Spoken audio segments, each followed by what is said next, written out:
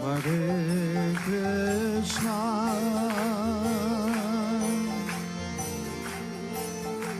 Hare Krishna,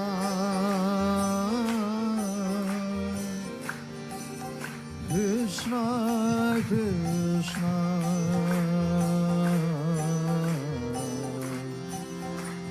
Hare Hare,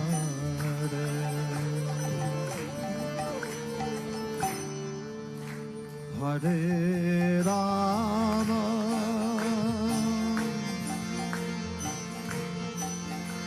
Hare Rama,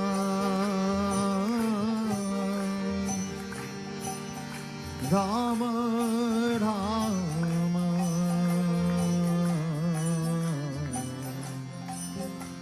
Hare Hare,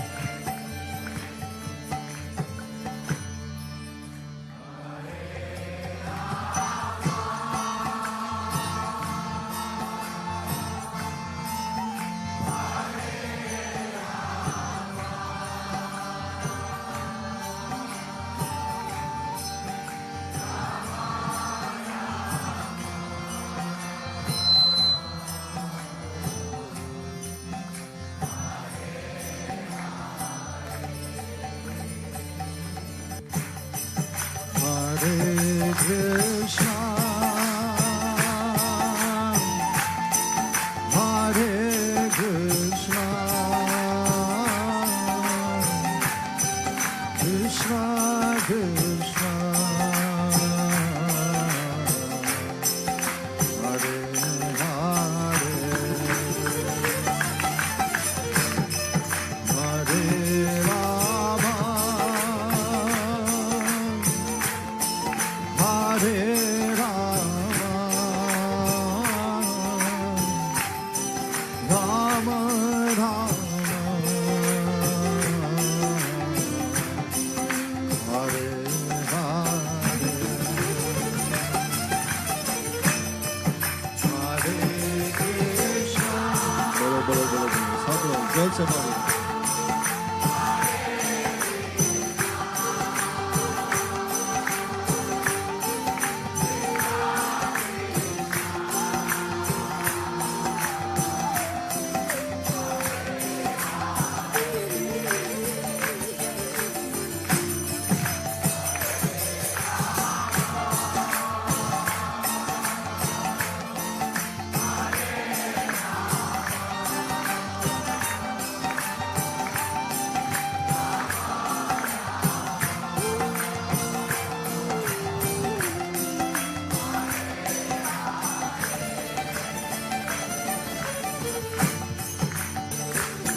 Hare Krishna, Hare Krishna, Krishna Krishna, Hare Hare, Hare Rama, Hare Rama, Rama Rama, Hare Hare,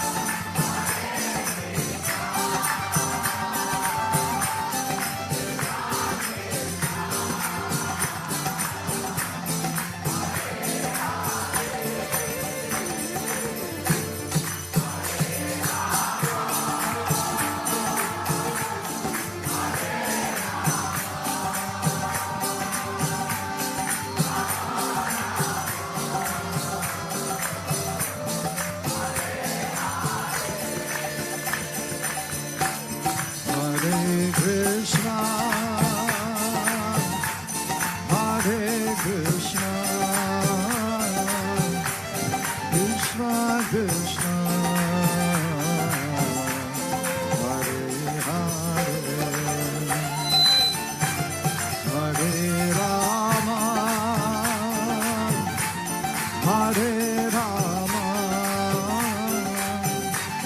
Rama Rama,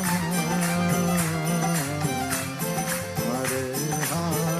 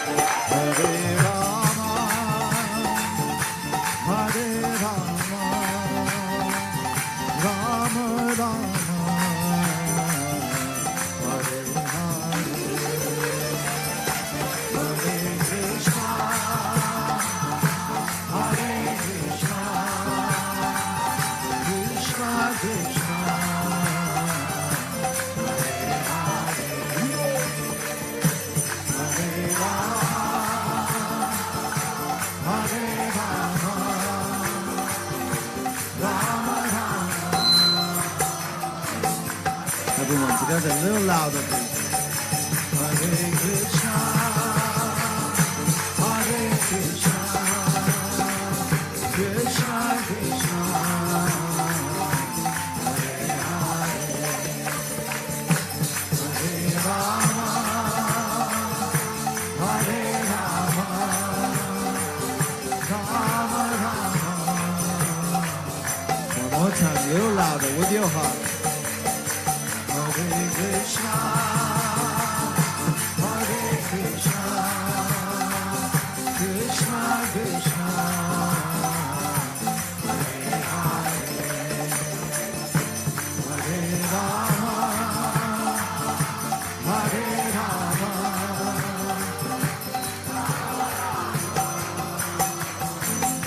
one more time, a little louder, everybody. Hare Krishna, Hare Krishna, Krishna Krishna, Hare Hare, Hare Rama,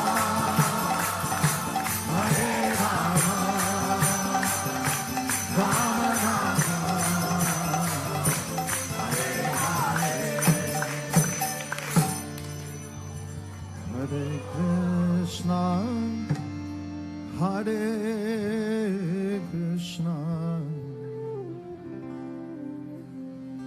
Krishna Krishna, Hare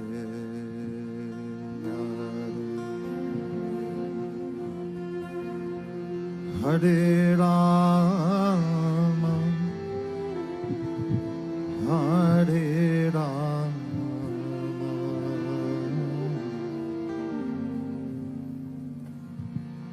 Rama Rama, Hare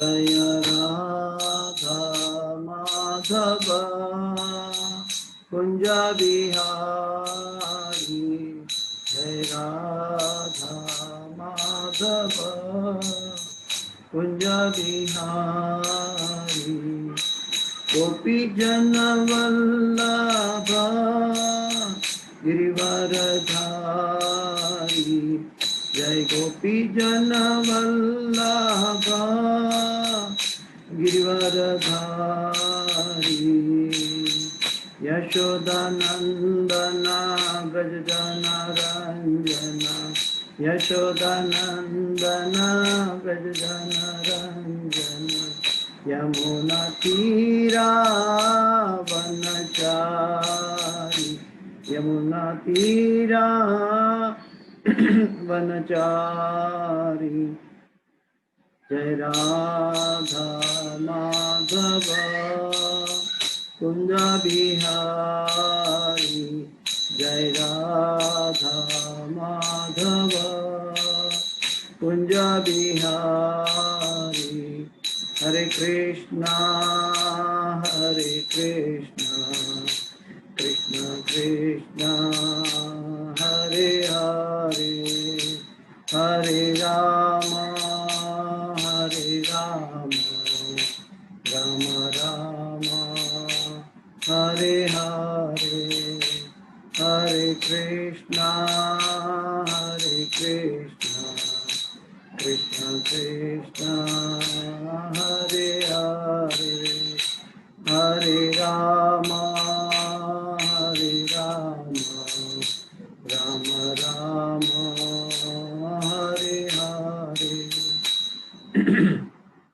Hare Krishna, Hare Krishna, Krishna Krishna, Hare Hare, Hare Rama, Hare Rama, Rama Rama, Hare Hare, Hare Krishna, Hare Krishna, Krishna Krishna, Hare Hare, Hare Rama, Hare Rama, Rama Rama, Hare Hare. Hare Krishna, Krishna Krishna, Hare Hare, Hare Ram, Ram Ram, Hare Hare. Hare Krishna, Krishna Krishna, Hare Hare, Hare Ram, Ram Ram, Hare Hare. Hare Krishna, Krishna Krishna, Hare Hare, Hare Ram, Ram Ram, Hare. Hare Krishna, Krishna Krishna, Hare Hare, Hare Ram, Ram Ram, Hare Hare. Hare Krishna, Krishna Krishna, Hare Hare, Hare Ram, Ram Ram, Hare Hare. Hare Krishna, Krishna Krishna, Hare Hare, Hare Ram, Ram Ram. Hare Krishna, Krishna Krishna, Hare Hare, Hare Ram, Ram Hare Hare. Govinda Jai Jai, Gopala Jai Jai, Radha Ramana Hari Govinda Jai Jai. Govinda Jai Jai, Gopala Jai Jai, Radha Ramana Hari Govinda Jai Jai. Govind जय जय गोपाल जय जय गोविंद जय जय गोपाल जय जय राधा रमण हरि गोविंद जय जय राधा रमण हरि गोविंद जय जय हरे कृष्णा कृष्णा कृष्णा हरे हरे हरे राम राम राम हरे हरे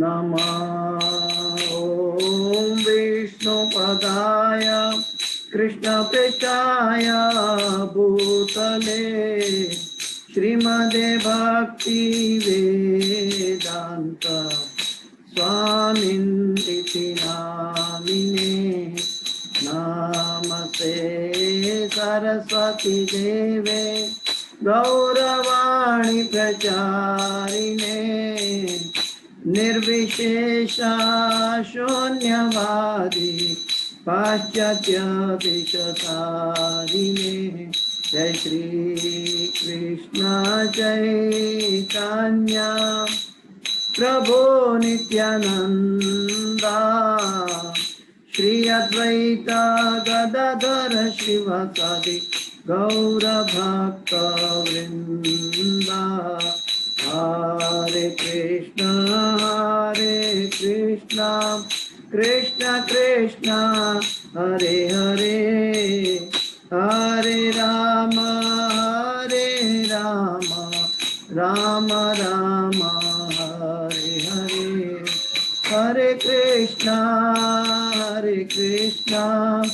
कृष्ण कृष्ण हरे हरे हरे राम राम राम हरे हरे हरे कृष्णा कृष्ण कृष्ण हरे हरे हरे राम राम राम हरे हरे हरे कृष्णा कृष्ण कृष्ण हरे हरे हरे राम राम राम हरे हरे हरि नाम संकीर्तन की जय समवेत भक्त वृंद की जय ओम अज्ञानातिमिरान्धस्य ज्ञानाञ्जनशलाकया चक्षुरुन्मिलितं येन तस्मै श्रीगुरुवे नमः श्रीचैतन्यमनोभीष्टं स्थापितं येन भूतले स्वयं रूपगदा मह्यं ददाति स्वपदान्तिकं वन्देऽहं श्रीगुरु श्रीयुतापदकमलं श्रीगुरु वैष्णवांश्च श्रीरूपं साग्रजातं सगणा रघुनाथान्वितं तं सजीवं साद्वैतं सावधूतं परिजनसहितं कृष्ण चैतन्यदेवं श्रीराधा कृष्णपादां सहगणा ललिता श्रीविशाखान्वितांश्च हे कृष्ण करुणा सिन्धो दीनबन्धो जगत्पते गोपेश गोपिका कान्त राधा कान्त नमोस्तुते तप्त कांचन गौरांगी राधे वृंदावनेश्वरी वृषभानुसुते देवी प्रणमामि हरिप्रिये वाञ्छाकल्पतरुभ्यश्च कृपा सिन्धुभ्य एव च पतितानां पावनेभ्यो वैष्णवेभ्यो नमो नमः। श्री कृष्ण चैतन्य प्रभो नित्यानंद श्री अद्वैत गदाधर श्रीवासादि गौर भक्त वृंद हरे कृष्ण कृष्ण कृष्ण हरे हरे हरे राम राम राम हरे हरे जयतां सुरतो पंगुर मम मंदमते गतिर मत्सर्वस्वपदाम्भोजो राधा मदन मोहनौ कृष्णाय वासुदेवाय देवकी नंदनाय च नंद गोपकुमाराय गोविंदाय नमो नमः गोविंदाय नमो नमः गोविंदाय नमो नमः नमः पंकजनाभाय नमः पंकजमालिने नमः पंकजनेत्राय नमस्ते पंकजांग्रिये पंचतत्वाकं कृष्ण भक्तरूप स्वरूपकं भक्तावतार भक्ताख्यम नमामि भक्त शक्तिकम। हरे कृष्णा कृष्णा कृष्णा हरे हरे, हरे राम राम राम हरे हरे। ओम नमो भगवते वासुदेवाय, ओम नमो भगवते वासुदेवाय, ओम नमो भगवते वासुदेवाय। नारायणं नमस्कृत्यं नरं चैव नरोत्तमं देवीं सरस्वतीं व्यासं ततो जयं मुदीरये। नष्टप्रायेषु भद्रेषु नित्यं भागवत सेवया भगवते उत्तम श्लोके भक्तिर्भवति नैष्ठकी। हरे कृष्णा। सबको सुनाई दे रहा है ना? ठीक है। तो आज हम भगवत गीता के 9वें अध्याय के 25 और 26वें श्लोक पे चर्चा करने जा रहे हैं। 25 और 26वें श्लोक पे चर्चा करने जा रहे हैं।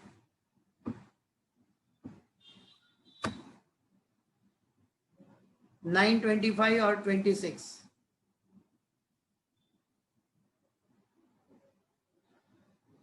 यान्ति देवव्रता देवान् पितृयान्ति पितृव्रतः भूतानि यान्ति भूतेज्या यान्ति मद्याजिनोऽपि माम्। यान्ति देवव्रता देवान् पितृयान्ति पितॄन्यान्ति पितृव्रतः भूतानि यान्ति भूतेज्या यान्ति मद्याजिनोऽपि माम्। यान्ति देवव्रता देवान् पितृयान्ति पितृव्रतः भूतानि यान्ति भूतेज्या यान्ति मद्याजिनोऽपि माम्। और एक बार, यान्ति देवव्रता देवान् पितॄन्यान्ति पितृव्रतः भूतानि यान्ति भूतेज्या यान्ति मद्याजिनोऽपि माम्। हरे कृष्ण। अनुवाद पे चलते हैं। अनुवाद और तात्पर्य भाई श्री भक्ति वेदांत स्वामी शिल प्रभुपाद महाराज की जय। जो भगवान श्री कृष्ण कह रहे हैं कि जो देवताओं की पूजा करते हैं वे देवताओं के बीच जन्म लेंगे, जो पितरों के पूछते हैं वे पितरों के पास जाते हैं, जो भूत प्रेतों की उपासना करते हैं वे उन्हीं के बीच जन्म लेते हैं, और जो मेरी पूजा करते हैं वे मेरे साथ निवास करते हैं। फिर से मैं अनुवाद दोहराता हूं। जो देवताओं की पूजा करते हैं वे देवताओं के बीच जन्म लेंगे, जो पितरों को पूजते हैं वे पितरों के पास जाते हैं, जो भूत प्रेतों की उपासना करते हैं वे उन्हीं के बीच जन्म लेते हैं, और जो मेरी पूजा करते हैं वे मेरे साथ निवास करते हैं। तो ये भगवान के शब्द हैं और इसके ऊपर हम चर्चा करने जाएंगे प्रभुपाद जी के तात्पर्य के साथ।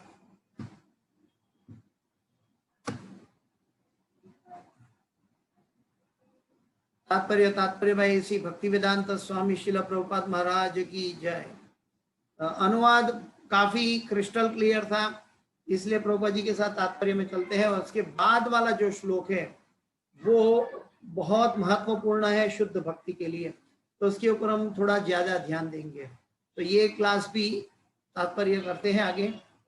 यदि कोई चंद्रमा, सूर्य तथा अन्य लोक को जाना चाहते हो तो वह अपने गंतव्य को बताए गए विशिष्ट वैदिक नियमों का पालन करके प्राप्त कर सकता है। इनका विशद वर्णन वेदों के कर्मकांड अंश दर्श पौर्णमासी में हुआ है, जिसमें विभिन्न लोकों में स्थित देवताओं के लिए विधि पूजा का विधान है। इसी प्रकार विशिष्ट यज्ञ करके पितृलोक प्राप्त किया जा सकता है। पिशाच पूजा को काला जादू कहते हैं। अनेक लोग इस काले जादू का अभ्यास करते हैं और सोचते हैं कि वह अध्यात्म है, किंतु ऐसे कार्यकलाप नितांत भौतिकतावादी है। इसी तरह शुद्ध भक्त केवल भगवान की पूजा करके निस्संदेह वैकुंठ लोक तथा कृष्ण लोक की प्राप्ति करता है। फिर से मैं दोहराता हूं ये वाक्य। इसी तरह शुद्ध भक्त केवल भगवान की पूजा करके निस्संदेह वैकुंठ लोक तथा कृष्ण लोक की प्राप्ति करता है। इस श्लोक के माध्यम से यह समझना सुगम है कि जब देवताओं की पूजा करके कोई स्वर्ग प्राप्त कर सकता है, तो फिर शुद्ध भक्त कृष्ण या विष्णु के लोक को क्यों नहीं प्राप्त कर सकता। दुर्भाग्यवश अनेक लोगों को कृष्ण तथा विष्णु की दिव्य लोगों की सूचना नहीं है, अतः न जानने के कारण वे नीचे गिर जाते हैं, यहाँ तक कि निर्वेशवादी ब्रह्म ज्योति से नीचे गिरते हैं। इसीलिए कृष्ण भावनामृत आंदोलन इस दिव्य सूचना को समूचे मानव समाज में वितरित करता है कि केवल हरे कृष्ण कृष्ण कृष्ण हरे हरे, हरे राम राम राम हरे हरे महामंत्र के जप से ही मनुष्य सिद्ध हो सकता है और भगवत धाम को वापस जा सकता है। तो इसके साथ इस श्लोक का तात्पर्य यहाँ समाप्त हुए। हम संक्षिप्त में ले रहे हैं, उसके बाद आगे चलेंगे। तो यहाँ पे भगवान स्पष्ट कह रहे हैं, इस जगत में भी हम देखते हैं कि हम घर से जहां जाने का सोच कर निर्णय लेकर जाना चाहते हैं, वहां हम पहुंचते हैं। हम घर से निकलते हैं, हमारे मन में एक तय किया हुआ है कि हम मंदिर जाना चाहते हैं, तो हम मंदिर पहुंचते हैं। हम शॉपिंग में जाना चाहते हैं, तो हम शॉपिंग में पहुंचते हैं। हम किसी के घर में जाना चाहते हैं, तो हम किसी के घर में पहुंचते हैं। हम जहां तय करके जाना चाहते हैं, हम वहां पहुंचते हैं। ये भौतिक जगत में भी ये निर्णय लागू होता है। ठीक वैसे ही भगवान यहाँ पे कहते हैं कि आप देवताओं के पास जाओगे तो देवलोक को पहुंचोगे, भूत प्रेत को भजोगे तो भूत प्रेत के पास जाओगे, और मेरी पूजा करोगे तो मेरे पास आओगे। तो मैसेज बहुत क्रिस्टल क्लियर है कि हमें कहाँ जाना है। ऐसा कभी नहीं हुआ कि हम दिल्ली जाना चाहते हैं और मद्रास पहुंच जाए, हम वृंदावन जाना चाहते हैं और केरला पहुंच जाए, ऐसा कभी नहीं हुआ। अगर ऐसा है, ऐसा कभी होगा ही भी नहीं। अगर हमने तय किया है तो हम सिर्फ वही उस दिशा में जाने वाली ट्रेन को पकड़ेंगे, हम दूसरी ओर जाने वाली ट्रेन को नहीं पकड़ेंगे। इसलिए इस भौतिक जगत में भी हम देख सकते हैं कि हमारे मन में जो तय होता है, हम उसी को देखकर उसी दिशा में चलते हैं। तो शुद्ध भक्त, प्रभुपाद जी समझाते हैं कि भगवान शुद्ध भक्त केवल भगवान की पूजा करके निस्संदेह वैकुंठ लोक तथा कृष्ण लोक की प्राप्ति करता है। मन मना भववद भक्तो मध्याजी माम नमस्कुरु मामे वैश्यसी सत्यम ते प्रति जाने प्रियोसी में। मन मना भववद भक्तो, हम हमारा जो निर्णय, इच्छा, हमारे मन के अंदर इच्छा शक्ति है। मन इच्छाओं का घर है और वो इच्छा शक्ति में भगवान ने हमें आंशिक स्वतंत्रता दी है। वो इच्छा शक्ति जितनी शुद्ध होती है उतना शुद्ध दिशा में वो गति करती है। अगर हमने भगवान के पास या भगवान की भक्तों के पास या भगवान के सत्संग के पास या मंदिर जाने का तय किया है तो हम मंदिर पहुंचते हैं। तो इसीलिए वो इच्छाओं का घर भगवान मांग रहे हैं। मन मना भव मद भक्तो, तुम मन से मेरा भक्त बनो। हाँ, हमें भगवान की भक्ति शरीर से नहीं करनी है, क्रियाओं से नहीं करनी है। मन मना भव मद भक्तो। हाँ, अगर हमारी जो भी भक्ति करते हैं उसमें हम कार्मिक चीजों पे ज्यादा ध्यान देंगे तो मन विचलित हो जाएगा, मन का हेतु विचलित हो जाएगा। हमें ये ध्यान रखना चाहिए कि मन केंद्रित रहे, कार्य में कुछ भी गलती हो सकती है। हाँ, कार्य में, क्योंकि हम हर एक मनुष्य इस जगत में, भौतिक जगत में गलती अवश्य करता है। तो गलती तो हमसे होने वाली है। अगर हम भगवान की भक्ति करते हैं तो उसमें भी कभी कभी गलती करते हैं। तो गलतियों से हमें अपना मन को विचलित नहीं करना है, बल्कि हमारा मन की इच्छा शक्ति को दृढ़ बनाना है। तो मन की इच्छा शक्ति को दृढ़ बनाना ये पर्टिकुलर रहस्य है। अगर ये दृढ़ नहीं होगा तो श्रम ही एव केवलम। अगर हम पूजा करते हैं लेकिन मन नहीं है तो एक सिर्फ एक कर्मकांड बनकर रह जाएगा, कुछ पुण्य देगा लेकिन भगवान की प्राप्ति नहीं हो जाएगी।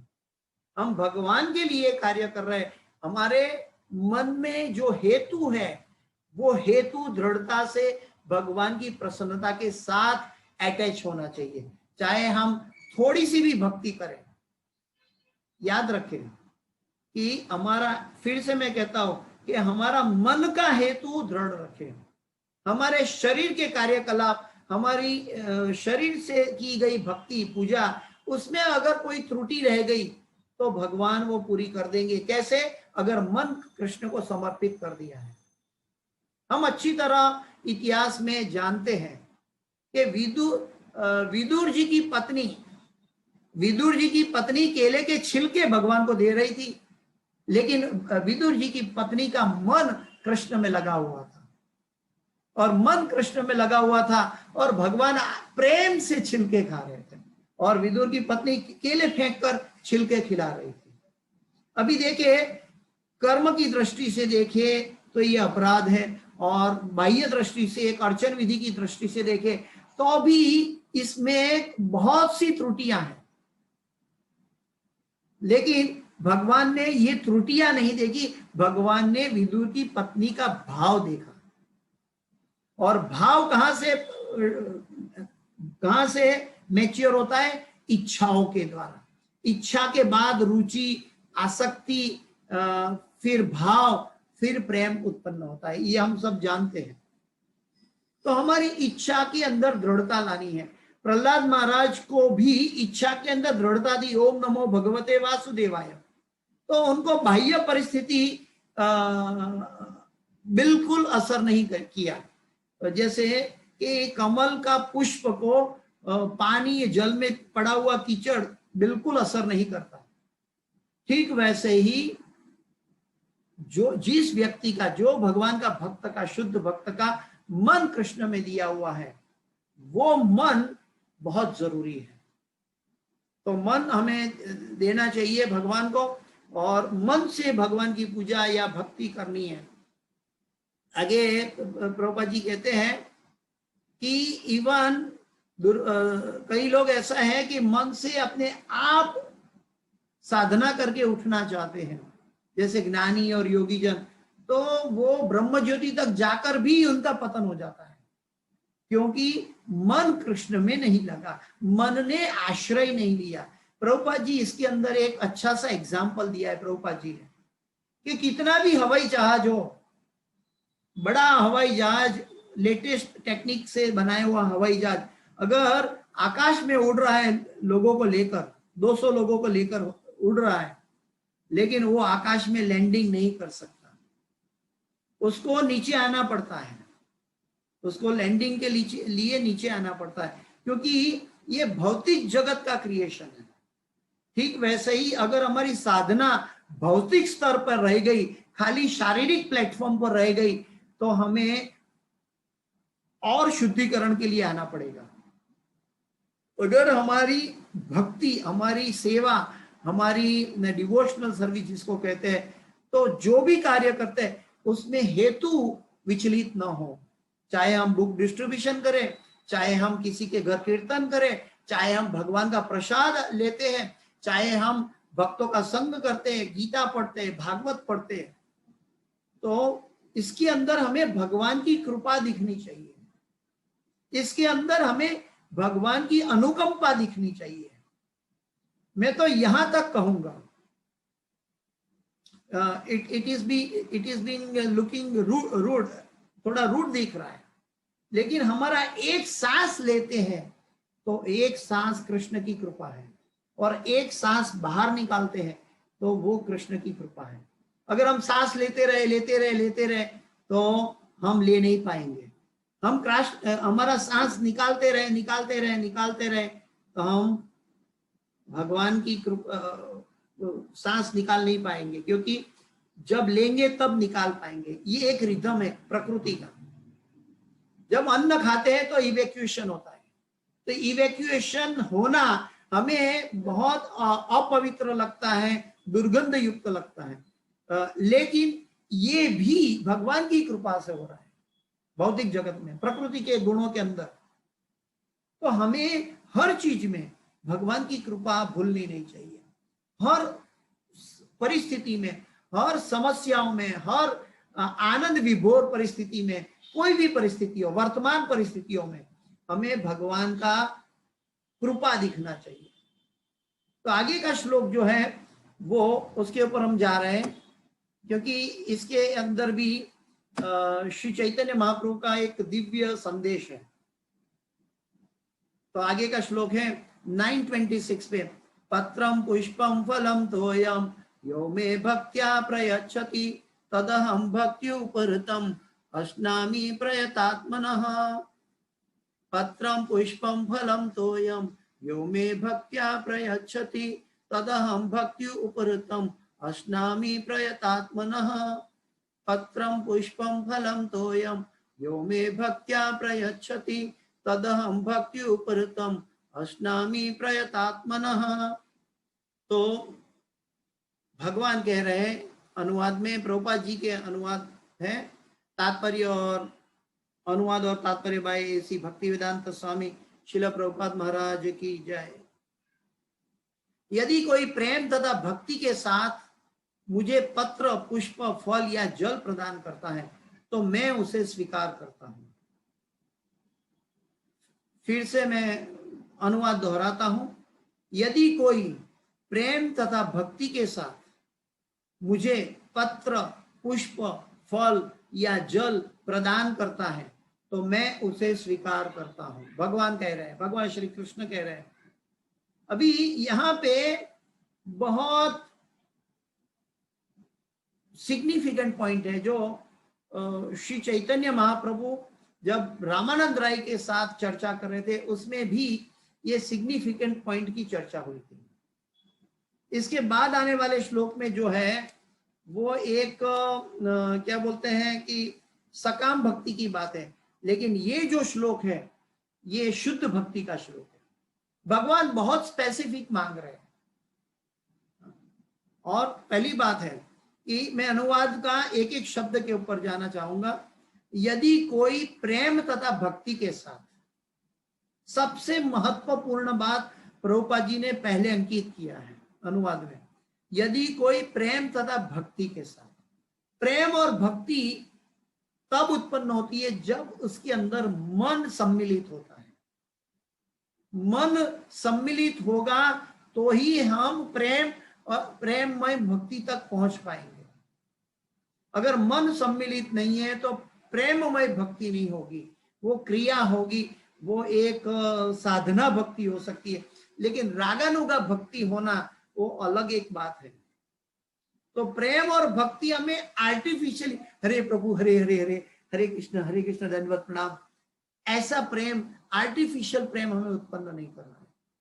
प्रेम और भक्ति का मतलब है जिसके अंदर मन पूर्णतया सम्मिलित है। पूर्णतया का मतलब यह है कि जब मन, हम भगवान की भक्ति करते हैं तो हमारे दाएं और बाएं की साइड में क्या हो रहा है, हमारे पीछे आगे पीछे क्या चल रहा है, हमारा माइंड कोई और विचार में तो नहीं है, हमारे आगे पीछे कुछ भी चल रहा है उसका हमें पता तक नहीं चलना चाहिए, उसके अंदर हमें पता तक नहीं चलना चाहिए। कैसे इसको कैसे समझेंगे?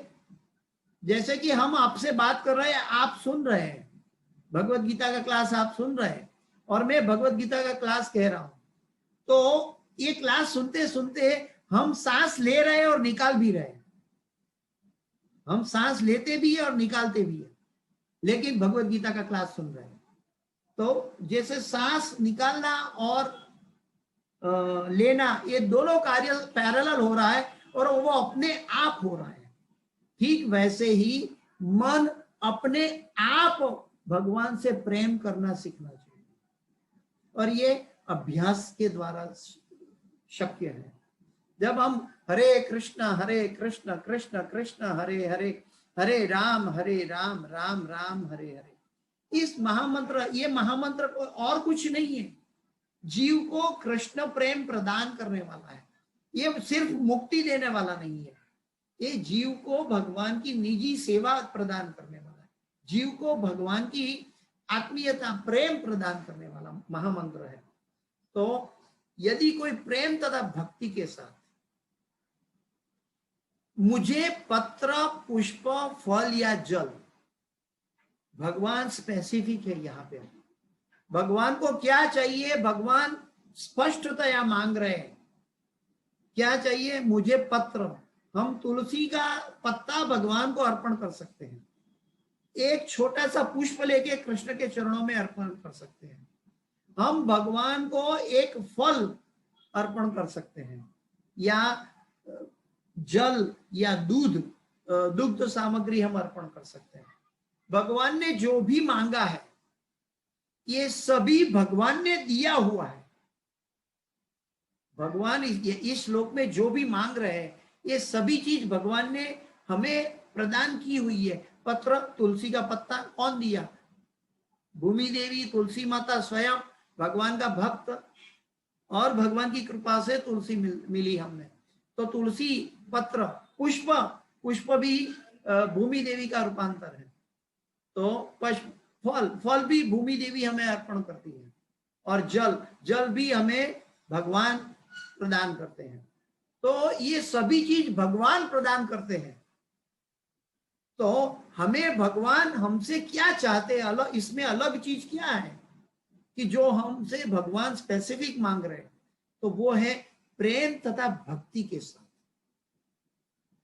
अगर हम भगवान को भोग अर्पण करते हैं लेकिन एक क्रिया के माध्यम से कर्टेन बंद कर दिया और भोग अर्पण कर दिया, भोग आरती गाली, ठीक है, अच्छी बात है, लेकिन हमारा मन, हमारा भाव, जब हम भोग आरती गाते हैं तो हमें ये दिखाई देना चाहिए, हमारा अंतः चक्षु से हमें दिखाई देना चाहिए कि भगवान राधा जी ने अन्न पकाया है और भगवान भक्तों के साथ, ग्वाल बाल सखा के साथ भोजन कर रहे हैं, भोजन सामग्री ये सब है, और राधिका दी सखी गण भगवान का उच्छिष्ट लेकर बहुत सुख उनको अनुभव हो रहा है, और राधिका जी पण भगवान का उच्छिष्ट पाकर बहुत प्रसन्न है। तो ये हम गौर आरती गाते हैं, लेकिन ये एक पैरट की तरह, एक तोता की तरह में नहीं गानी है। इसके जो भक्ति विनोद ठाकुर ने जो ये भोग आरती बनाई है, इसके अंदर एक एक वाक्यों के अंदर हमारा मन सम्मिलित होना चाहिए। मन सम्मिलित होना कैसे?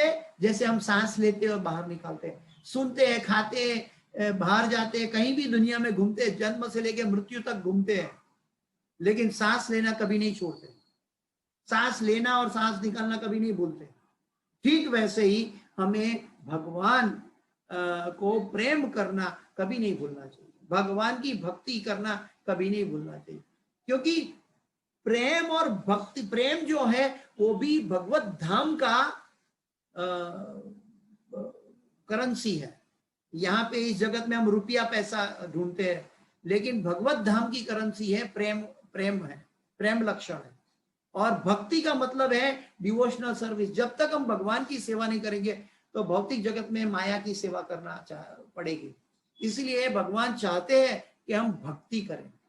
हाँ, तो आइए तात्पर्य में देखते हैं प्रभुपाद जी तात्पर्य में क्या कहना चाहते हैं। तात्पर्य थोड़ा लंबा है, इसमें तात्पर्य से पहले ये भी एक बात बताऊं कि इसके बाद वाला जो श्लोक है इसमें यत् करोसि यदस्नासि यत् जुहोसि ददासि यत् तपस्यसि कौन्तेय तत्कुरुषो मदर्पणम्, इसमें भगवान कहते हैं कि जो भी आप तपस्या करते हो, जो भी तप करते हो, मुझे अर्पण करो। लेकिन भगवान ने, श्री चैतन्य महाप्रभु ने कहा कि क्या आप पाप करोगे तो पाप भी भगवान को अर्पण करोगे? नहीं, तो वो शुद्ध भक्ति नहीं कहलाएगी। लेकिन ये जो श्लोक है, आचार्यगण बताते कि ये जो स्पेसिफिक श्लोक है वो शुद्ध भक्ति है, क्योंकि भगवान स्पेसिफिक मांग रहे हैं और स्पेसिफिक दिशा से हमें बता रहे हैं कि आप प्रेम और भक्ति के साथ मुझे अर्पण करें। आइए तात्पर्य में चलते हैं। तात्पर्य भाई ऐसी भक्ति वेदांत स्वामी श्रील प्रभुपाद महाराज की जय। नित्य सुख के लिए स्थायी आनंदमय धाम प्राप्त करने हेतु बुद्धिमान व्यक्ति के लिए यह अनिवार्य है कि वह कृष्ण भावना भावित होकर भगवान की दिव्य प्रेम भक्ति में तत्पर रहे। नित्य सुख के लिए, टेम्पररी सुख नहीं, नित्य सुख, शाश्वत सुख के लिए, नित्य सुख के लिए, स्थायी आनंदमय धाम प्राप्त करने हेतु, सच्चिदानंदमय धाम प्राप्त करने हेतु बुद्धिमान व्यक्ति के लिए, बुद्धिमान व्यक्ति टेम्पररी बातों में नहीं जाएगा। जैसे एक सांप सीढ़ी की रमत है, तो सांप सीढ़ी की रमत में छोटी छोटी सीढ़ी प्राप्त हो जाएगी तो खुश हो जाएगा, ऐसा नहीं। उनका गोल है कि मुझे अल्टीमेट 100 प्राप्त करना है। इवन 99 प्राप्त करेगा तो नीचे गिर जाएगा सांप के मुंह से। जैसे सांप सीढ़ी में ये बात होती है, ठीक वैसे ही हमारे जीवन में भी छोटी छोटी चीजें हमें आनंद देने वाली होती है, लेकिन ये छोटे छोटे आनंद के प्रति हम आसक्त हो जाएंगे तो हमारा शाश्वत आनंद का जो गोल है उसके लिए समय कम पड़ेगा। हमारे पास सीमित समय है और सीमित समय के अंदर हम सीमित बात कर सकते हैं। वो आनंद भगवान को स्थायी आनंद के लिए, शाश्वत आनंद के लिए उपयोग करना चाहिए। बुद्धिमान व्यक्ति के लिए यह अनिवार्य है कि वह कृष्ण भावना भावित होकर भगवान की दिव्य प्रेम भक्ति में तत्पर है। दिव्य का मतलब है भौतिक स्तर पर नहीं, भौतिक स्तर पर भक्ति नहीं की जा सकती। भौतिक स्तर पर भक्ति करेंगे तो वो एक सकाम कर्म या सुकृति कहलाएगी, वो पुण्य कर्म लेकर आ सकती है। लेकिन शुद्ध भक्ति दिव्य प्रेम स्तर पर होती है। दिव्य प्रेम में क्या होता है कि हमें सभी जीवों में एक समानता देखनी है। तो ये चीज हमें याद रखनी है कि ऐसा ऐश्वर्यमय फल प्राप्त करने की विधि इतनी सरल है कि निर्धन से निर्धन व्यक्ति को योग्यता का विचार किए बिना इसे पाने का प्रयास करना चाहिए। रोड का भिखारी भी भगवान कृष्ण की शुद्धि भक्ति कर सकता है, क्योंकि जल जो है भगवान का, पानी जो भगवान को अर्पण करते हैं, वो पानी तो भगवान को भगवान ने दिया हुआ है और वो पानी भगवान को अर्पण कर सकते हैं। कलयुग के लक्षण में बताया गया है कि 10,000 साल के बाद जब घोर कलयुग चलेगा तब मनुष्य को पानी तक नहीं मिलेगा। तो हम इतने भाग्यवान हैं कि हमें भगवान ने ये सब सुविधाएं प्रदान की है, और ये पानी भगवान को अर्पण करना, ये इसके लिए कोई धन की आवश्यकता नहीं, धनराशि नहीं चाहिए। तो प्रभुपाद जी समझाते हैं कि विचार के बिना इसे पाने का प्रयास करना चाहिए। इसीलिए इसके लिए एकमात्र योग्यता इतनी ही है कि वह भगवान का शुद्ध भक्त हो। शुद्ध भक्त का मतलब है कि एकले ईश्वर कृष्ण और सब भृत्य। एकले ईश्वर कृष्ण, मेरा प्राणेश्वर, मेरा सर्वेश्वर, मेरा जीवन लक्ष्य, मेरा प्रेमी, मेरा सर्वस्व भगवान श्री कृष्ण के चरणारविंद है। मेरा सर्वस्व राधा कृष्ण युगल स्वरूप की भक्ति है, उनकी प्रसन्नता है, उनकी सखियों की प्रसन्नता है, उनकी सेवा है। तो ये शुद्ध भक्त का लक्षण है। शुद्ध भक्त क्या है? उनको चारों ओर भगवान की कृपाएं और लीलाएं दिखाई दे रही है। वो भौतिक व्यक्ति, भौतिक जगत का व्यक्ति चमड़े की आंखों से चारों जगत, सारे जगत में गलतियां देख रहा है, उसके अंदर त्रुटियां देख रहा है। लेकिन भगवान का जो शुद्ध भक्त है उसको चारों ओर भगवान की लीलाएं, भगवान की उपस्थिति दिख रही है। भगवान की उपस्थिति देखने का मतलब है वो शुद्ध भक्त है। इससे कोई अंतर नहीं पड़ता कि कोई क्या है और कहाँ स्थित है। वह विधि इतनी सरल है कि यदि प्रेम पूर्वक एक पत्ती, थोड़ा सा जल या फल ही भगवान को अर्पित किया जा सकता है तो भगवान उसे सहर्ष स्वीकार करते हैं।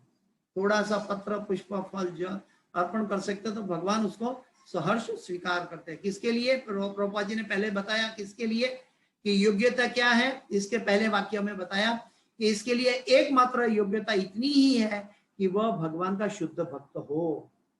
भगवान का शुद्ध भक्त का मतलब है वो प्रेम भक्ति से भगवान की सेवा करना चाहता हो। और आगे कहते हैं अतः किसी को भी कृष्ण भावनामृत से रोका नहीं जा सकता, किसी को भी हम कृष्ण भक्ति से रोका नहीं जा सकता, क्योंकि यह सरल है और व्यापक है। ऐसा कौन मूर्ख होगा जो इस सरल विधि से कृष्ण भावना भावित नहीं होना चाहेगा? ऐसा कौन मूर्ख होगा?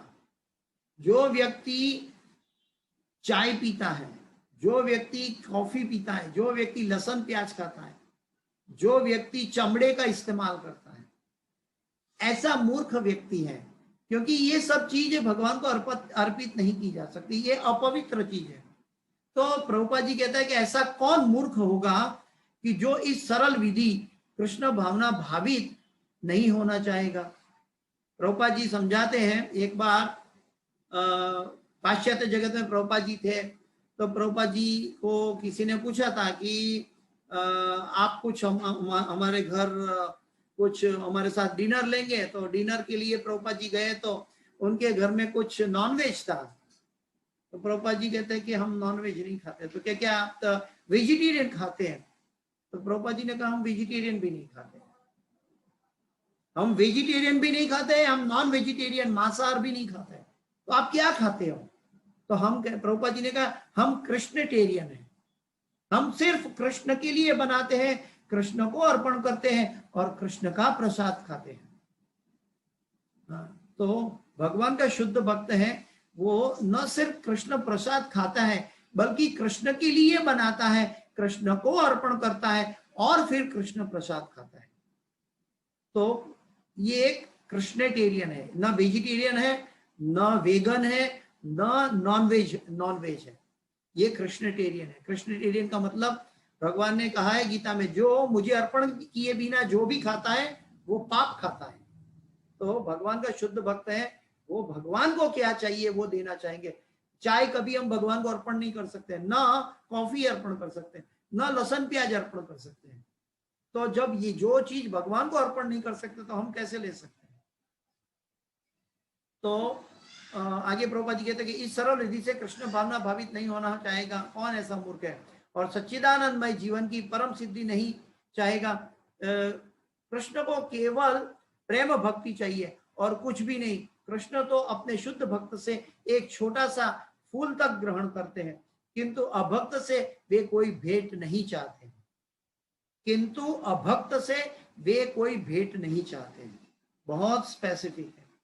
राम सेतु के समय वो खिसकोली जो थी, वो खिसकोली स्क्विरल, वो स्क्विरल ने मिट्टी का कण डाला तो भगवान का प्रेम प्राप्त किया, अभक्त के लिए नहीं, भक्त के लिए।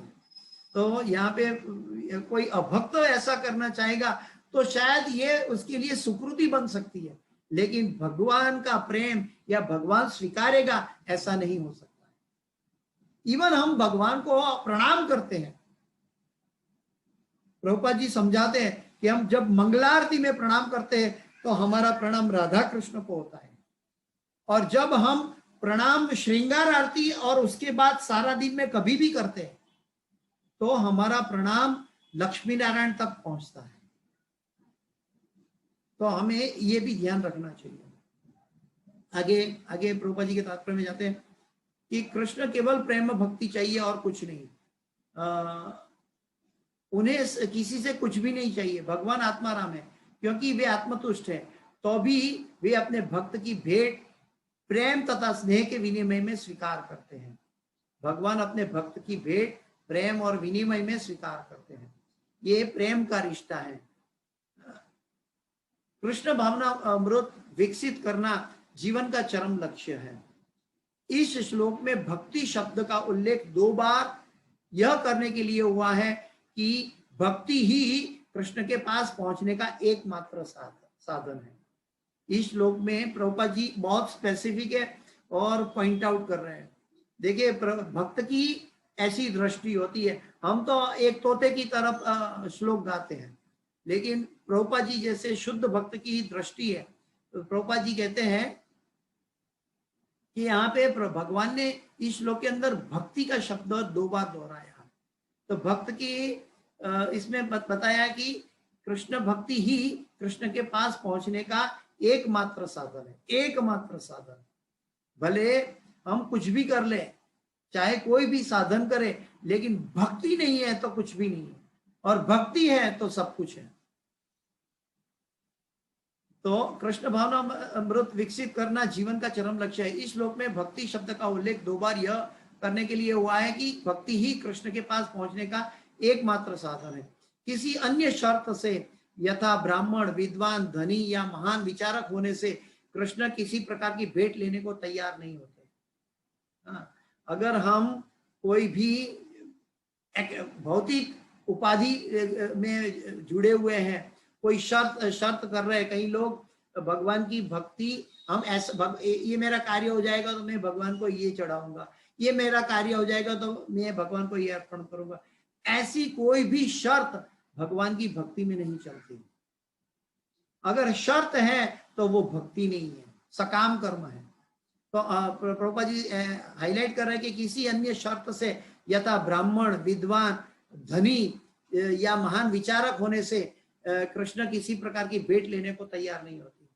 इसीलिए कहते हैं सर्वोपाधिर विनिर्मुक्तम तत्परत्वेन निर्मलम ऋषिकेन ऋषिकेश सेवनम भक्ति रुच्यते। सर्वोपाधिर विनिर्मुक्तम, हमें सभी भौतिक उपाधि से, जन्म की उपाधि से, ब्राह्मण हूं या कोई भी विद्वान हूं या भौतिक उपाधि, मेरे पास धन ज्यादा है, मैं महान विचारक हूं, ऐसा कोई भी भौतिक मन में ग्रंथि जुड़ी हुई है तो वो मन की अर्पण किया गया भोजन या कोई भी भेंट भगवान स्वीकारेंगे नहीं। भगवान किसको स्वीकारेंगे? सर्वोपाधिर विनिर्मुक्तम, सभी उपाधियों से मुक्त होना, ये बहुत जरूरी है। सभी उपाधि से, क्योंकि एक बुद्धिमान का, एक कॉमन सेंस का प्रश्न है, जो चीज हमारी नहीं है उसके ऊपर हम आधिपत्य क्यों जमाते हैं? न धन हमारा है, न धन हम जन्म से लेकर आए थे, न हम शरीर के जन्म से लेकर जब आए थे तो भी वो छोटा था और निसहाय हालत में था, और प्रकृति के द्वारा उसका निर्माण और प्रकृति के द्वारा उसका कार्यकलाप हो रहा है। तो जो चीज मेरा नहीं है, प्रकृति का है, मन का विचार भी शरीर और प्रकृति का है, मेरे से जो कार्य हो रहा है वो भी प्रकृति द्वारा कराया जा रहा है, और मेरा जो भी विचार या भक्ति है वो भगवान के द्वारा कराई जा रही है। ये दो चीज हमें बहुत एनालिसिस कर रही है कि जो चीज मेरी नहीं है उसके ऊपर आधिपत्य मैं क्यों जमाऊं। जब ये चीज पता चल जाएगा कि मैं आत्मा हूं तो मेरा आधिपत्य चला जाएगा, क्योंकि जब मैं आत्मा हूं तो मेरा शरीर भी मेरा नहीं है, और शरीर के रिश्ते कहां से मेरे होंगे, और शरीर के रिश्ते नहीं है तो परिवार कहां से मेरा होगा, और परिवार मेरा नहीं है तो समाज कहां से मेरा होगा, और समाज मेरा नहीं है तो ये देश, ये राष्ट्र, ये सब भ्रामक एक्सटेंडेड सेल्फिशनेस में फंसा हुआ हूं। हकीकत में मैं कौन हूं? मैं आत्मा हूं, और आत्मा का धर्म है भगवान की सेवा करना। तो ये चीज अगर हमें फोकस करेंगे, सतत याद रखेंगे, तो हम भगवान के मूल सिद्धांत, भक्ति के मूल सिद्धांत को समर्पित रहेंगे। मूल सिद्धांत में कोई उपाधि नहीं चाहिए, सर्वोपाधिर विनिर्मुक्तम, ये सभी उपाधियों से मुक्त होना चाहिए। तत्परत्वेन निर्मलम, उसके बाद हम निर्मल हो सकते हैं। निर्मल का, भगवान कृष्ण का एक नाम है निर्मल। निर्मल का मतलब है जिसमें मैल नहीं है वो। तत्परत्वेन निर्मलम ऋषिकेन ऋषिकेश, ऋषिकेन ऋषिकेश, हमारी इंद्रियों के द्वारा इंद्रियों को स्वामी की सेवा करनी है। इंद्रिय मन को गुलाम बनाता है, और मन इच्छाओं का घर है, और हमारी इच्छा इंद्रियों द्वारा कल्पित हो जाती है, तो भगवान कहते हैं कि वो मन मुझे दे दो।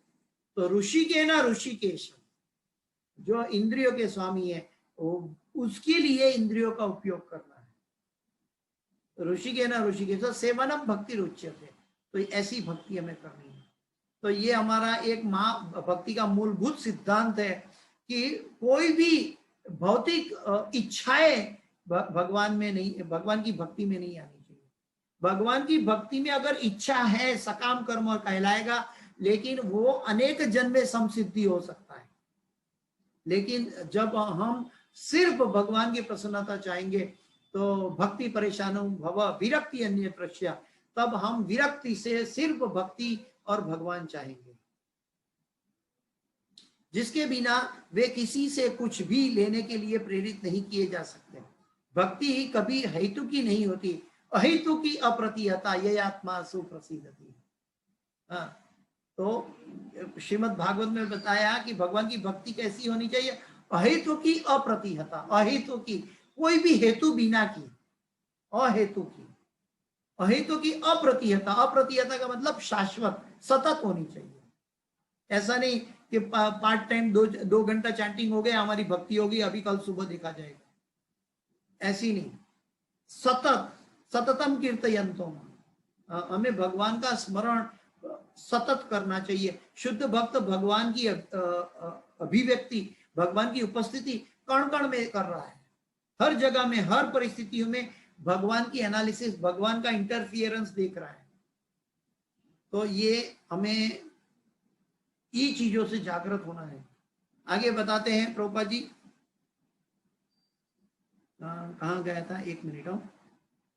हाँ, मूल सिद्धांत है कि जिसके बिना वे किसी से कुछ लेने के लिए प्रेरित नहीं किए जा सकते। भक्ति कभी हेतु की नहीं होती, यह शाश्वत विधि है, यह पर ब्रह्म की सेवा में प्रत्यक्ष कर्म है। अगर अहेतु की है तो वो पर ब्रह्म की सेवा है, अगर हेतु की है तो वो पर ब्रह्म की नहीं है।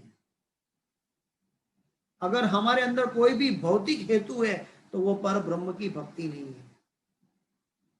पर ब्रह्म की भक्ति का मतलब है कि अहेतु की होनी है।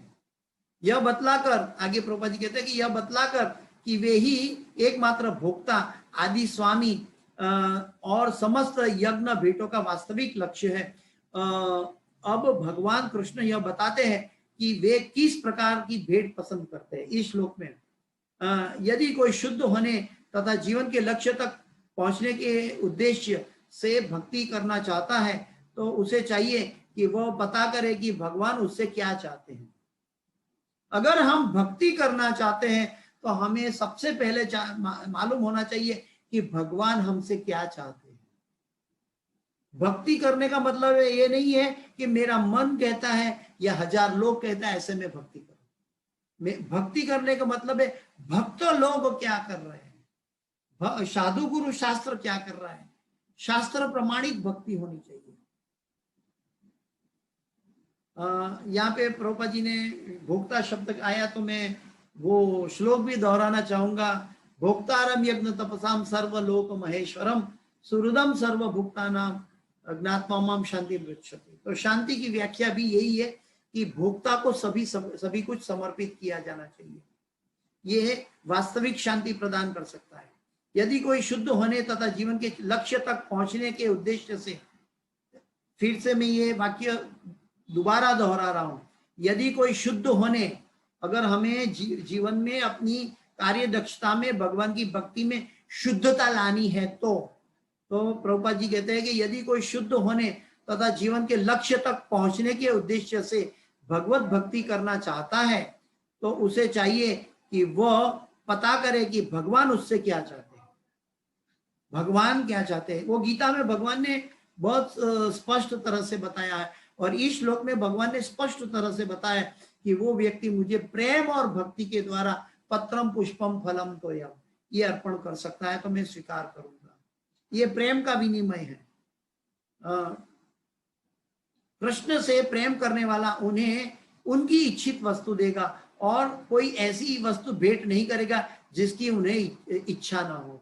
भगवान ने कभी चाय नहीं पीते तो वो भगवान को चाय अर्पण नहीं कर सकता। भगवान कभी मांसाहार नहीं करते क्योंकि वो दयालु है, वो धर्म के अधीन है। तो भगवान कभी मांसाहार कभी नहीं करते, तो हम मांसाहार नहीं अर्पण नहीं कर सकते। हम लसन प्याज जो तामसी है, भगवान सत्वावलंबी पर सत्व विशुद्ध सत्व, जो भगवान विशुद्ध सत्व है, भौतिक जगत के 3 गुणों से पर है। जब 3 गुणों से पर है, विशुद्ध सत्व है, तो तमोगुण के लसन प्याज हम भगवान को कैसे अर्पण कर सकते? अगर भगवान का लिए बनाया गया भोजन भी अगर प्रकृति के सात्विक गुण में है, यानी कि भगवान को प्रसन्न करने की, भगवान को अर्पण करने की भावना से बनाया गया है, तभी वो सत्व गुण से विशुद्ध सत्व में जा सकता है। उन्हें इच्छा न हो या सॉरी क्षमा करो, तो कृष्ण से प्रेम करने वाला उन्हें उनकी इच्छा वस्तु देगा और कोई ऐसी वस्तु भेंट नहीं करेगा जिसकी उन्हें इच्छा ना हो। भगवान को जो नहीं चाहिए वो नहीं देगा। इसलिए मेरे शिक्षा गुरु बताते थे कि भगवान की भक्ति करना है हमारे रोजिंदे जीवन में। अगर हमें भगवान की भक्ति करनी है तो कैसे करनी चाहिए? जो हमारे जीवन में हमें सबसे ज्यादा पसंद हो, जिसमें हमारा मन बार बार लगता हो, वो भगवान को अर्पण करो। अगर हमें धन में आसक्ति है, पैसों में आसक्ति है, हम भगवान को पैसा अर्पण करें। अगर हमें हमारी तंदुरुस्ती में आसक्ति है, हम भगवान अपनी अवस्था, शारीरिक अवस्था भगवान की सेवा में लगा दें।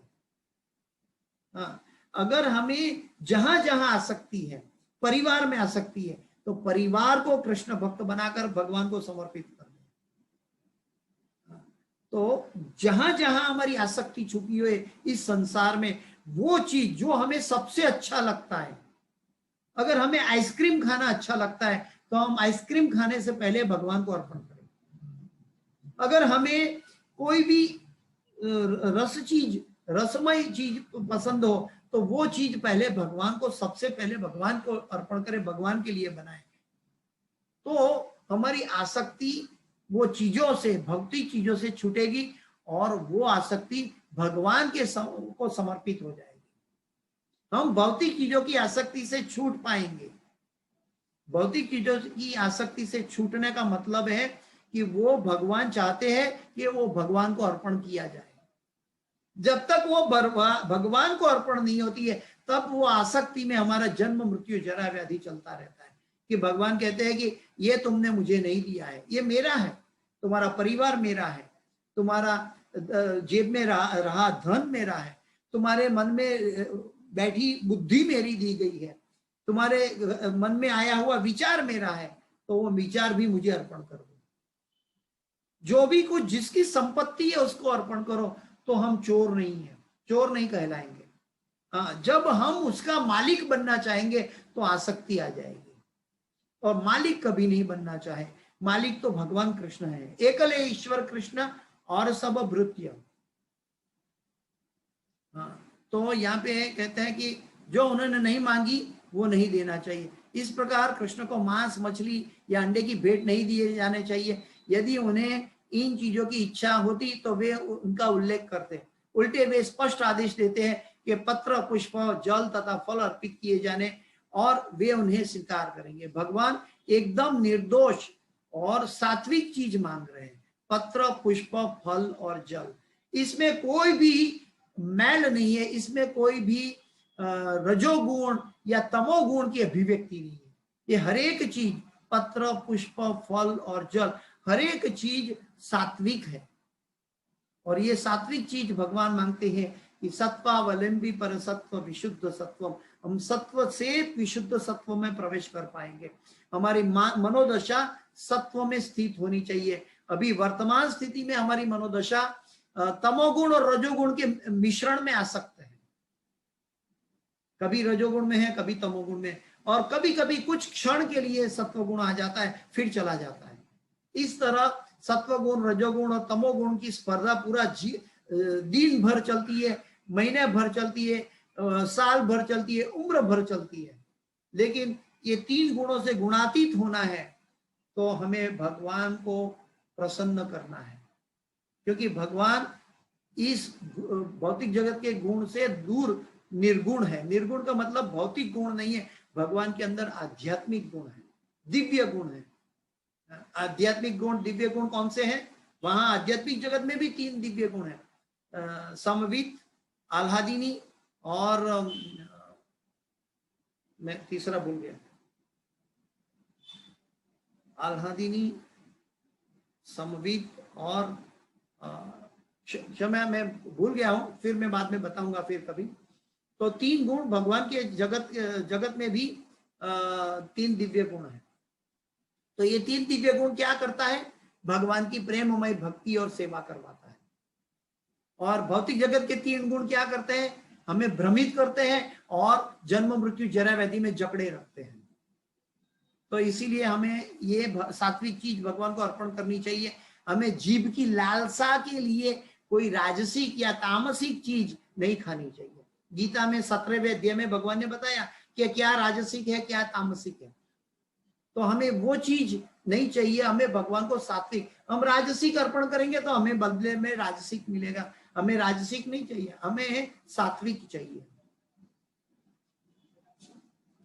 और वे इन्हें स्वीकार करें। शाक, अन्न, फल, दूध तथा जल यही मनुष्य को उचित भोजन है। और भगवान कृष्ण ने भी इन्हीं का आदेश दिया है। इनके अतिरिक्त हम जो भी खाते हो वो उन्हें अर्पित नहीं किया जा सकता, क्योंकि वे उसे ग्रहण नहीं करेंगे। यदि हम ऐसा भोजन उन्हें अर्पित करेंगे तो हम प्रेम भक्ति नहीं कर सकेंगे। हमारी जिह्वा के लिए अगर हम जो बनाया वो रस इंद्रियों के आनंद के लिए जो बनाया और खाने का अर्पण करना चाहेंगे तो वो भगवान हम शुद्ध भक्ति कभी नहीं कर पाएंगे। हमें शुद्ध प्रेम भक्ति करनी है तो हमें भगवान जो चाहते हैं, प्रभुपाद जी कहते हैं स्पेसिफिकली कि शाक, अन्न, फल, दूध तथा जल से मिश्रित या ये चीज हम भगवान को अर्पण करना चाहिए।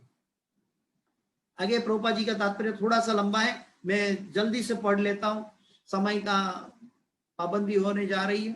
तृतीय अध्याय के 13वें श्लोक में श्री कृष्ण बताते हैं कि यज्ञ का उच्छिष्ट ही शुद्ध होता है। अतः जो लोग जीवन की प्रगति करने तथा भव बंधन से मुक्त होने के इच्छुक है उन्हें इसी को खाना चाहिए।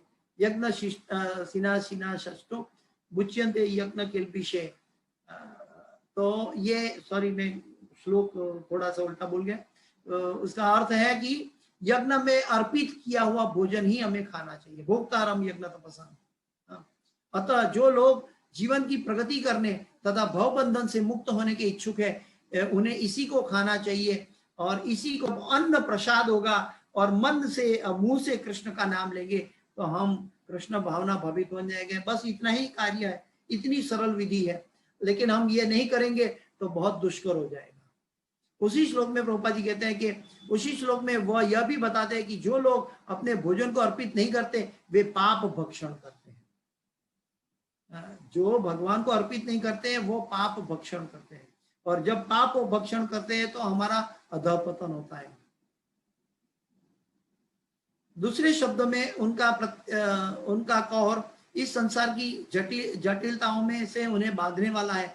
अच्छा सरल शाकाहारी भोजन बनाकर उस भगवान कृष्ण के चित्र या अर्च विग्रह के समक्ष अर्पित करके तथा नतमस्तक होकर इस तुच्छ भेंट को स्वीकार करने की प्रार्थना करने से मनुष्य अपने जीवन में निरंतर प्रगति करता है। उसका शुद्ध शरीर शुद्ध होता है और मस्तिष्क के श्रेष्ठ तंतु, ज्ञान तंतु भी शुद्ध होते हैं और श्रेष्ठ तंतु उत्पन्न होते हैं। जो हमारा सेल बदलता रहता है वो श्रेष्ठ तंतु उत्पन्न होते हैं जिससे शुद्ध चिंतन हो पाता है। सबसे बड़ी बात है तो यह है कि यह समर्पण अत्यंत प्रेम पूर्वक करना चाहिए। जो लोग तामसिक चीज खाते हैं, जो फॉर एग्जाम्पल दारू पीते हैं, तो उनका आंखों की दृष्टि भी तामसिक होती है। इसलिए संसार में उहापोह मचा हुआ है, क्योंकि वो कृष्ण प्रसाद खाना नहीं सीखा। तो जो कृष्ण प्रसाद खाएगा वो क्रमशः शुद्ध होता जाएगा। क्योंकि आगे सबसे बड़ी बात तो यह है कि वह समर्पण अत्यंत प्रेम पूर्वक करना चाहिए। प्रभुपाद जी भी हाईलाइट कर रहे हैं कि सबसे बड़ी बात तो यह है कि यह समर्पण अत्यंत प्रेम पूर्वक करना चाहिए। हाँ, क्रिया पूर्वक नहीं, कर्म पूर्वक नहीं, ज्ञान पूर्वक नहीं, ध्यान पूर्वक नहीं, प्रेम पूर्वक। हाँ, प्रेम पूर्वक करना चाहिए। कृष्ण को किसी तरह के भोजन की आवश्यकता नहीं रहती क्योंकि उनके पास सब कुछ है। किंतु यदि कोई उन्हें इस प्रकार का प्रसन्न करना चाहता है तो वो इसे भेंट स्वीकार करते हैं। भोजन बनाने, सेवा करने तथा भेंट करने से जो सबसे मुख्य बात रहती है वह है कृष्ण के प्रेम वश कर्म करना। कृष्ण के प्रेम वश कर्म करना यानी कि वो भक्ति है।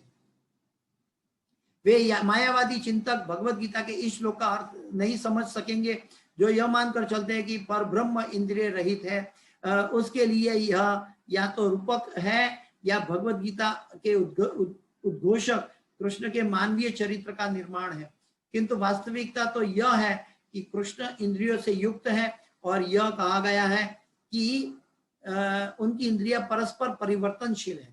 अंगानी यस्य सकलेंद्रिय वृत्ति मंती, कोई भी इंद्रिय से कोई भी कार्य भगवान कर सकते हैं, परिवर्तनशील है। दूसरे शब्दों में एक इंद्रिय दूसरी इंद्रिय का कार्य कर सकती है।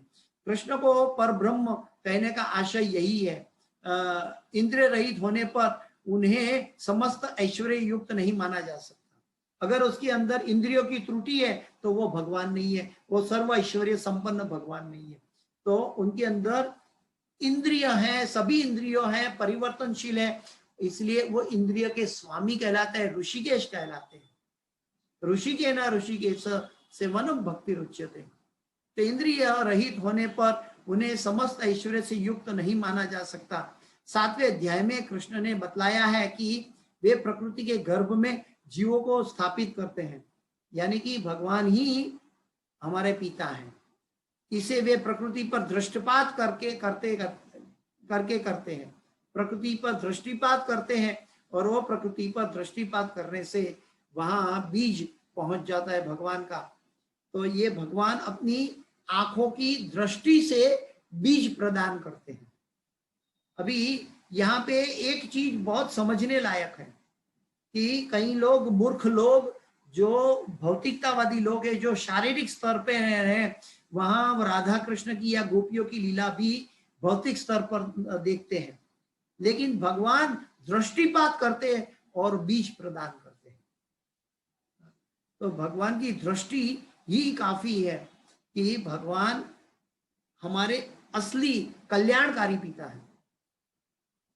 अतः यहाँ पर भी भक्तों द्वारा भोजन अर्पित करते हुए भक्तों का प्रेम पूर्ण शब्द सुनना कृष्ण के द्वारा भोजन करने तथा उसके स्वाद लेने के ही समरूप है। ये भक्ति विनोद ठाकुर जी ने जो भोग आरती बनाई है, ये भोग आरती के अंदर एक एक वाक्य, एक एक शब्द के अंदर भगवान के साथ वार्तालाप हो रहा है भक्ति विनोद ठाकुर महाशय का, और वो देख रहे हैं कि भगवान कैसे ये ग्रहण कर रहे हैं। इसके अंदर प्रेम इतना छुपा हुआ है, आप भोग आरती गाएंगे, इसके अंदर प्रेम इतना छुपा हुआ है कि हमारा मन कहीं और दिशा से भटकना छोड़ देगा। हाँ, हमारा मन जो है तुरंत इसमें समर्पित हो जाएगा। तो जो भक्ति विनोद ठाकुर महाशय ने जो भोग आरती के रूप में भी प्रेम अर्पण किया है, यहाँ पर भक्तों द्वारा भोजन अर्पित करते हुए भक्तों को प्रेम पूर्ण शब्द सुनना कृष्ण के द्वारा भोजन करने तथा उसके स्वाद लेने के ही समरूप है। इस बात पर इसीलिए बल देना होगा क्योंकि अपनी सर्वोच्च स्थिति के कारण उनको सुनना उनके भोजन करने के ही समरूप है।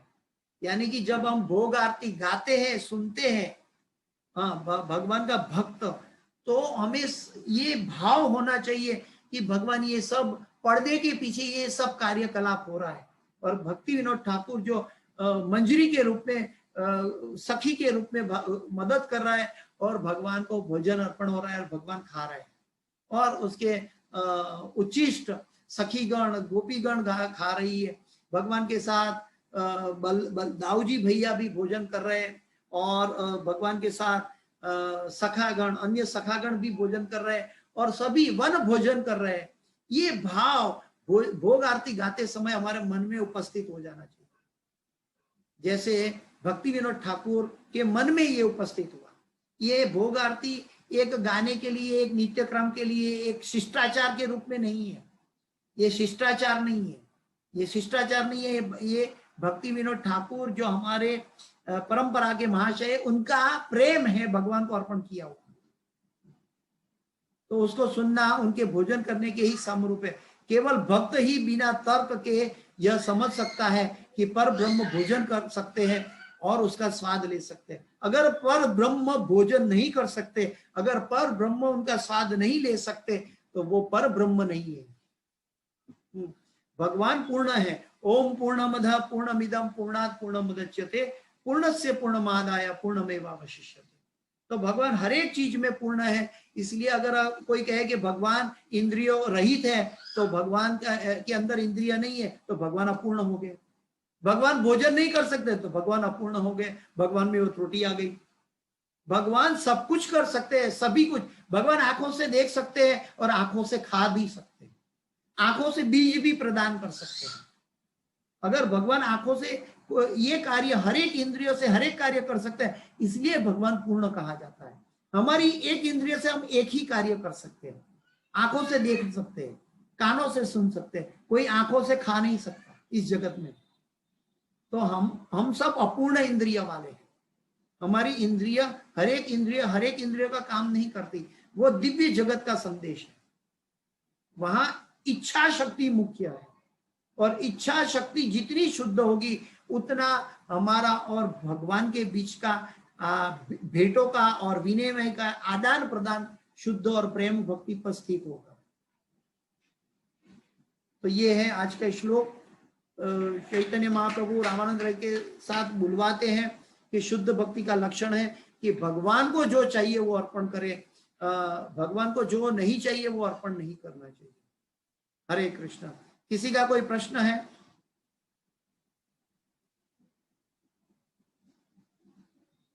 किसी का कोई प्रश्न?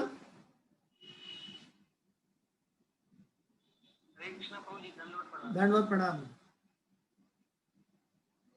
कोई प्रश्न नहीं है? ठीक है, दंडवत प्रणाम। वांछा कल्पतरुभ्यश्च कृपा सिंधुभ्य एव च पतितानां पावनेभ्यो वैष्णवेभ्यो नमो नमः। अनंत कोटि वैष्णव वृंद की जय। शिल प्रभुपाद की जय। गुरुदेव महाराज की जय। हरे कृष्ण महामंत्र की जय। समावेत भक्त वृंद की जय। निताई गौर प्रेमानंदे। हरि हरि बोल। गौरंगा नित्यानंदा। हरे कृष्ण।